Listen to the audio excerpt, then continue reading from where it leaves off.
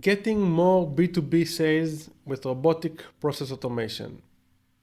In today's video, I'm going to share with you a workflow that I've been using for my clients and also for myself for attaining more clients. It's an automation in LinkedIn. It's something that I've built a while ago and it has been performing very well. And I will probably dive deep into all the steps in the workflow to share with you like my insights and my thought process. In this specific case, I built a workflow with Microsoft Power Automate, which is an RPA tool. RPA stands for Robotic Process Automation. And basically what you can do with RPA tools is think about a process and then you just build the process in a no-code tool or not, or you can also use Python, obviously. And eventually you can use robots or code in order to repeat this process using triggers or in any interval that you would like. Specifically in this case, I'm using Microsoft Power Automate again, and I triggered this workflow on a daily basis whenever I wanted to get more leads. One thing to mention is that this workflow was built like a year ago, maybe less, not so crucial. But since I've built this workflow, I have figured out ways to make it even more efficient and more streamlined. And this relates to a video that I uploaded a few days ago. And one of the key takeaways or my lessons that I shared with you guys, whoever watched the video a few days ago, is the fact that when building automations, you should always understand the functionalities that are built into the software that you're using. And you should always strive to understand if you can use certain workflows in a way that you don't use or include more tools. And specifically in these examples, the workflow goal was to find people who are posting jobs on LinkedIn. After I found obviously specific jobs, so let's say I want to be look for positions of fractional CMOs, remote position of fractional CMOs, or if I want to look for outreach experts job posts. So I'm looking for this type of job post. Then I scraped the specific job post. I looked up the company that posted the job post. I looked at the amount of employees that they have, because I'm not targeting companies that have more than, let's say, 50 employees. I then went to the LinkedIn page, to the company page, and I but searched for the C-level. Let's say I'm looking to discuss with CMOs or CEOs, and then I automatically sent likes to the recent post in different intervals, and only after sending a few likes and warming them up, I used to send an automated DM. Now, as I said, a while after I started using this automation, I figured out that Apollo, which is a lead sourcing database, let me share this with you, Apollo, they also have this functionality in which you can filter out prospects based on job posts. So let's say you can go to Apollo, look only for CEOs who in companies that just posted a job post looking for CMOs. So basically, if I knew about this feature before, I didn't have to build this whole automation on my own. And this just goes to show you that the more you expand your knowledge and know and become aware of all the solutions that different service providers are offering, it gives you a better understanding of how you can optimize the workflow and make it more effective and efficient. Anyway,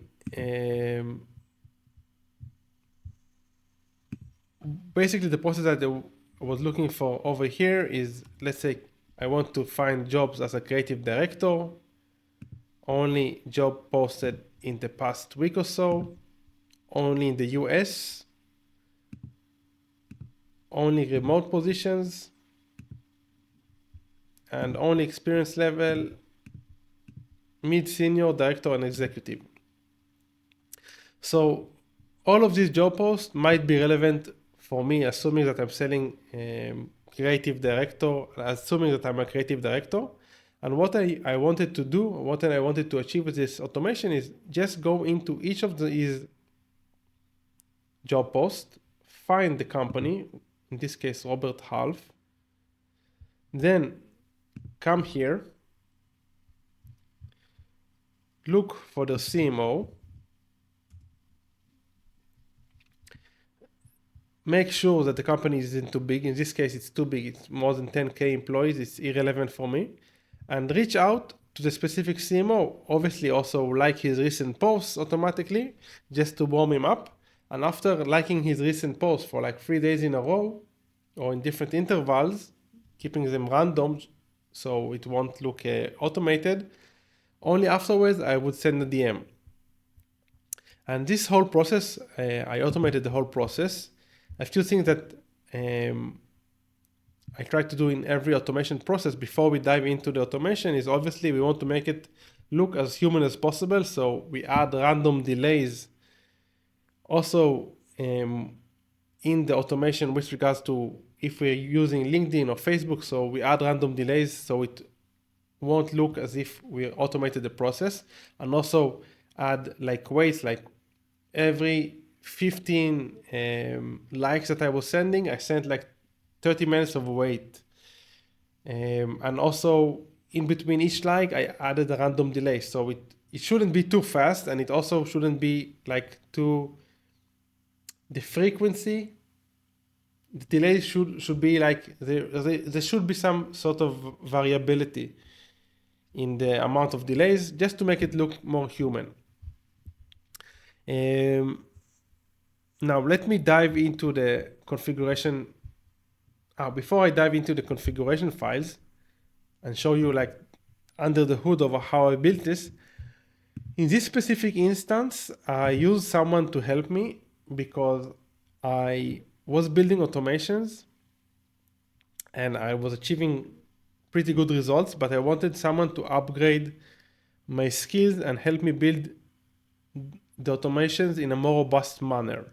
So whenever I'm looking for help in a certain field that I want to improve my game, I go to two places. The first place, and this is not straightforward, people overlook this, is Preply. Preply is a platform for finding personal tutors. So you can find over here tutors to teach you languages, Spanish, English, whatever you feel like. And also you can find tutors in specific for specific business related stuff. So for example, if you want to learn Python, you can come here. Let me make this bigger. You want to learn Python or computer science, accounting, web development, whatever you want. You just set the price that you're willing to pay per lesson, the country of birth of the teacher, and that's pretty much it. So let's say we want to look for Python. So we have over here a list of Python teachers. Some of them charge us only like $5 per hour. So this is a total no-brainer. So I highly recommend checking out Preply. If you want something specific, but you can't find it over here because here they have like this drop down, which is pretty limited, you can just go to Google and you use Google search operand. So site preply.com, and let's say you want something specific, let's say RPA. So not everyone, like they don't offer the option of RPA right out of the gate in these alternatives, because you can't write RPA here, it will lead you to nothing. So you can just come here and do like this, RPA. So I don't know if you're aware of Google search operands, but it's very valuable and important knowing the alternative that you can use in order to add like an advanced layer of filtering or searching in Google. But in this case, we are looking for stuff only specifically in the website preply.com and only the words RPA. Now, if we write this, we now find a list of people, a list of tutors in Preply that mentioned the word RPA in their profiles. So now we can find tutors specific for our needs. Or let's say Selenium. So Selenium is a library for automating testing and also for scraping stuff. And we could find Python tutors who teach Selenium, but if you want to go directly to Selenium tutors, we can just look it up like this. By the way, I highly recommend that you check out afterwards Google search operands. Google search. Let's just show you it right now. Operators. So we find Google searches, and over here you have a list of all the Google searches that you can do. You have like in specific sites, you can do exclusions, obviously dates. Let's take a look over here. What else? You can just use this, by the way, you can just use this one. Just fill out whatever you want. Specific words, exact words, any of the words, specific languages, last update. There is a ton of options, and it's just something that is good to know if you're looking to refine your search. So this is the first alternative, Preply. And the second alternative is obviously going to Upwork and looking for a tutor. You can just go to Upwork.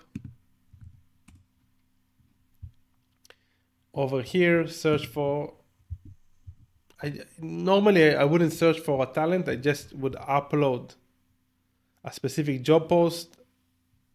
Once you log in, you upload a job post, you say, looking for an RPA tutor, and this is how I found the guy who helped me with this specific automation. Now let's go back to the automation. So as I mentioned, there are a few parameters that I wanted to add at the beginning. So this is the bot name. This is the configuration file. This is a cell in which I added upfront all the job posts, all the job looking URLs that I'm interested in. So for example, I wanted to find out job posts in the US and UK and Germany and Netherlands and Israel, etc. And obviously you can't look all of these locations in the specific, here you need always to state the job position and the state, country. So what I did, I created over here, I just copied this URL. Let's say this is in the United States. I copied this URL and I added it to the Excel. Then I wrote Canada. And again, I copied this URL and I pasted all the URLs over here, separated by comma, because what I wanted the automation to do is go into each one of these URLs and look for the specific position that I wanted, and then find the CEO or CMO, whatever, and then start liking his post. The next cell is where is this going to be saved. Over here we have the bot starting time. So just to trigger if we want to automatically have the bot starting specific times and the bot ending time. And over here I defined if I wanted to send likes, I can turn off the liking of recent posts over here in the configuration file.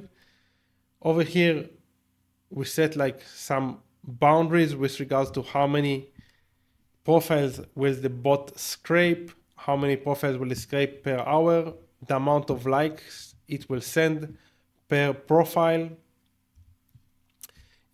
how many seconds we will wait between each iteration.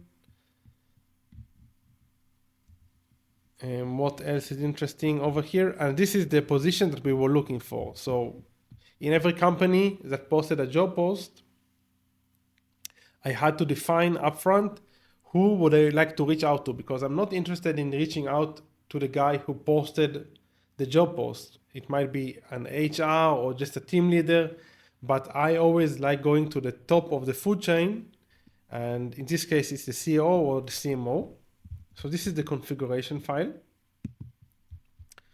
Over here, we have the output file, which, as you can see, we have the link, we have when did we like the recent post, the amount of likes that we sent, if we added any comments, which I didn't do because I still don't trust GPT to create good enough comments and send them on my behalf. But as you can see, we have a ton. This specifically, after this is an old file, so we don't have many of these. But as you can see over here, we have like a summary if we sent any likes, if the company has more employees than the criteria, it also notifies me. Yes, so you get the idea. Now let's dive into the automation itself. And I'm not sure how deep should I dive over here, because it might be too technical and boring. But on a high level, what we did is, like I mentioned before, we configure all the files. You can see over here, we have the configuration file, and then we have the main flow. And then we open each job posting URL. We fetch all the job posts. We also made it a point to scroll until the bottom of the page, because sometimes, as you can see over here, sometimes you have this specifically if you don't have premium, and if you use this, wait a second, I'll show you a better example. United States, not enough results. Let me do like anytime, 70 results. So we also created the automation that it will scroll down until the bottom and then move to the next page, because obviously if there are more results, we want to grab all of them. And after grabbing all the results, we place them in the Excel file. And the next step would be entering each company page, because we scraped this, which is the name of the company in each of the job posts. And then we went to the company page, we scraped the amount of employees, added them to the file. And the next step would be going to the people, writing over here CEO or CMO, whatever, and fetching the CEO his LinkedIn profile URL. So we will be able to go to his profile URL afterwards, go to the post section. As an example, let's go to my profile.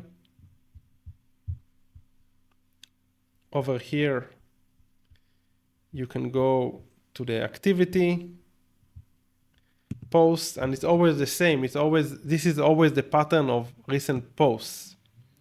So this is very valuable. If you automate and you understand a specific pattern, you just make sure that whatever profile that you scraped, the URL of the profile that you scraped, instead of going to the profile and clicking a few buttons, I just added automatically this slug or continuation of the URL. I don't even know how you call it in English. And automatically we could have arrived to the recent post of the prospect and like his recent post. The next step, I guess that was the last step in the automation. Afterwards, I use the different software to send the DMs, because that software, which is called Wallaxy, I also did a video about Wallaxy a while ago and it didn't get too many views. I don't know why. If you guys don't find LinkedIn automation interesting, obviously let me know. But anyway, this is on a high level, the workflow. If you guys are interested in that, I will dive deeper into how we build this. I'd be happy to share another video about like all the nitty-gritty stuff, because we built this very nicely. Obviously, I must give the credit to Michael, who helped me build this, because he's a real professional when it comes to RPA. He's a perfectionist. I prefer moving faster and building stuff, breaking stuff, but just putting in a ton of volume. And I don't care so much about the robustness unless I give the automation to a client that doesn't know how to handle RPA. And then obviously I built robust stuff.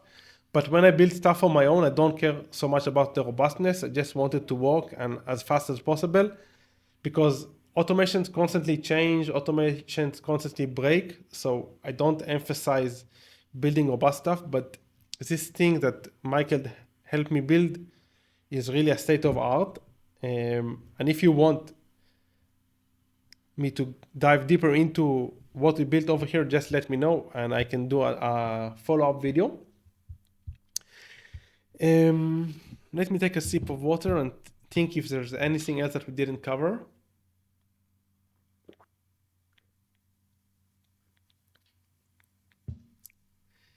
No, I think that's it for today. You guys wanted me to share more use cases. I have a ton of use cases that I've built using RPA. This is one of the most interesting and complex ones that I built, and I also believe it's very useful. Most of the people in the B2B space and prospecting space, I wouldn't say most, but a lot of people are just pouring in volume. I'm a big believer in volume. I think it makes sense to put in a lot of volume. But on the other hand, all the platforms, LinkedIn, Facebook, also cold emailing, they all impose limitations. So it's better to pour in volume with quality. This is why I think this workflow is specifically very smart, because we are only targeting people with high intent of buying. So if someone posted a job post a few days ago that they are looking for media buyers, obviously it makes more sense to reach out to them and offer them a media buying services, just scraping a ton of CMOs in different companies in the US and just sending them a cold outreach and pitching them with media buying services. So this is why I think this is a very valuable workflow for anyone. And I highly recommend that you guys try to think outside of the box, how you can figure, if you're doing B2B prospecting, try to figure out how you can find customers with high intent of buying, and only based on the high intent, create the automation or do the manual reach out. Obviously, this can all be done manually, but I mean, what's the point of doing stuff manually if you can automate them? Yes, let's start to conclude this video for today. If you guys have any questions or comments regarding this video, any questions regarding the workflow, regarding RPA, regarding my train of thoughts when I build this, leave them in the comment section below. Obviously, if you guys have ideas how I can improve the videos, optimize the video, make it more interesting, make it more useful, just leave them in the comment section below. I'd be happy to optimize. I welcome any type of criticism. Besides that, if you think this video was valuable, obviously please leave a like below and make sure that you subscribe. And if you can share this video with someone that you think might find it useful, that would be awesome. Yes, I guess that's it. Until next time, keep on automating.